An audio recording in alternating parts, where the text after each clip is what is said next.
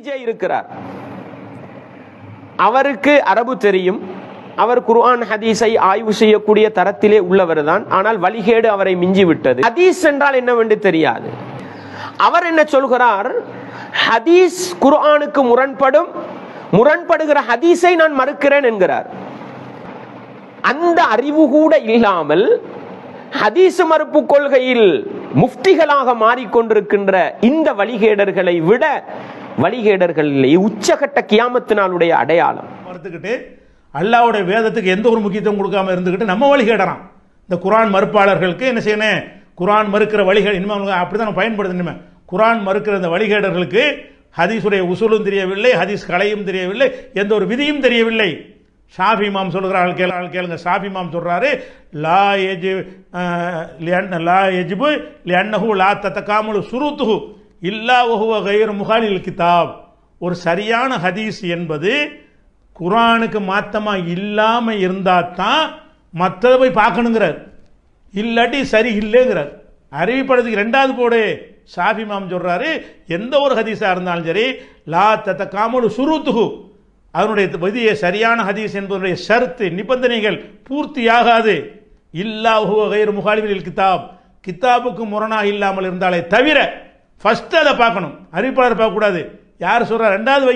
இது என்ன சொல்லுது, பேசிக்க தகர்க்குது, வரலாறு பொய்யா சொல்லுது, உண்மைக்கு மாற்றமா பேசுது, குர்ஆனுக்கு மாற்றமா பேசுகிறது, செத்து போனாலும் உசுரோட இருக்கிறதா பேசுகிறது. அப்படி இருந்தால் இதனை ஹதீஸ் கிடையாது. அறிவிப்பாளர் ரெண்டாம் பட்சமா. சஹீஹான ஹதீஸுடைய முதல் ஷர்த்து என்னன்னு கேட்டா, இல்லாஹு கைரு முகாலிபில் கிதாப், கிதாபுக்கு மாத்தமா இல்லாட்டி தான் ஒரு ஹதீஸ் சரியான ஹதீஸ்னு சொல்லி ஷாஃபி இமாம் சொன்னதாக மஹ்சூல்ங்கிற நூல்ல இருக்கிறது. அதே மாதிரி தத்ரீபுர் ராவி, அதுல சுயீத்தி என்ன சொல்றாருன்னு கேட்டா, அன்னமின் ஜும்லத்தி தலாயிலில் வலை, இட்டுக்கட்டப்பட்ட ஹதீஸ் என்பதற்குரிய ஆதாரம் என்னவென்று சொன்னால், ஐயக்கூன முகாலிஃபன் லில் அக்லி, புத்திக்கு மாற்றமா இருக்கணும். இப்படி நடக்குமா அப்படிங்கிற விஷயம் மறுமை சம்பந்தப்பட்டதோடு வராது. துன்யா சம்பந்தப்பட்ட விஷயத்தை சொல்லும் பொழுது ஒருத்தன் விஷத்தை கொடுத்தால் சாவ மாட்டான் ரசூலுல்லாஹ் சொன்னாங்கன்னு சொல்றாரு. இது அக்களுக்கு மாத்தம், தூக்கி போடுங்கிறாரு. குர்ஆனை கூட அவர் சொல்லல. யார் சொல்றா, அந்த ஹதீஸ் கலையுடைய விதியை வகுத்த அறிஞர்கள் நூல் எழுதுனதுல அவர் முக்கியமான ஒரு ஆளு. யார், சுயுத்தி. அவர் என்ன சொல்றாருன்னு கேட்டா, அன்னமின் ஜும்லத்தி தலாயிலில் இட்டுக்கட்டப்பட்டது ஆதாரங்கள்ல முக்கியமானது ஐயக்கூன முகாலிஃபன் லில் அக்லி, அக்களுக்கு மாற்றமாக புத்திக்கு மாற்றமாக இருக்கிறது. நம்ம புத்திக்கு மாற்றமாக மறுக்கிறோமா? அடே, புத்திக்கு மாற்றமாக இருந்தால் மறுக்கிறேன்டா மார்க்கம், சிந்திக்க சொல்ற மார்க்கம், புத்தி அடகு வச்சுட்டு போன்னு சொல்ற மார்க்கம் கிடையாது. புத்திக்கு பார்க்குற கிறுக்கு போயிடலாம். அப்ப புத்தியை கொண்டுதான் நீங்க வித்தியாசப்படுறீங்க. மனுஷன் புத்திக்கு மாற்றமா இருந்தா மறுக்கிறாங்க. எதை மறுக்கிறாங்க? மறுமை மறுத்தமா, சொர்க்கத்தை மறுத்தமா, மறுமை சம்பந்தப்பட்ட புத்திக்கு அடங்காத விஷயங்களை மறுத்தமா, உலகத்து விஷயத்தை சொல்லும் போது என்ன செய்யறீங்க, செத்து போனாலும் உசுரோட வந்தாருங்கிறீங்கன்னா அது மறுக்கத்தானே வேணும். அப்ப முகாலிஃபுல் அக்லி, அக்களுக்கு புத்திக்கு மாற்றமாக இருக்கிறதா இருந்தால் அது இட்டுக்கட்டப்பட்ட ஹதீஸு.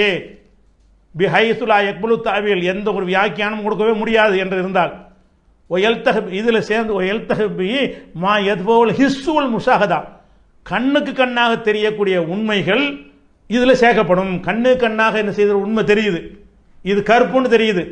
இதை கருப்பு ஒரு பேரிச்சம்பளத்தை எடுத்துக்கொண்டு ரசூலுல்லாஹ் இதை வெள்ளை வெள்ளர்னு இருக்குன்னு சொன்னார்கள். ஹதீஸ் தான் என்ன செய்வீங்க, ஒரு பேரிச்சம்பளம், அந்த பேரிச்சம்பளத்தை ரசூலுல்லாஹ் எடுத்தார்கள், மக்கள்கிட்ட காட்டினார்கள், இதை பார்த்தீர்களா வெள்ளை வெள்ளர்னு இருக்குன்னு சொன்னார்கள்னா அது என்ன அர்த்தம்? இது கண் கூட தெரிகிற உண்மைக்கு மாற்றம். ரசூலுல்லாஹ் சொன்னாங்கன்னா எப்போ கிறுக்கு பையில கருப்பதனடா இருக்குது, கருப்பா இருக்கிற எப்படா ரசூலுல்லாஹ் வெள்ளைன்னு சொல்லியிருப்பாங்க அப்படின்னு கேட்கணுமா இல்லையா?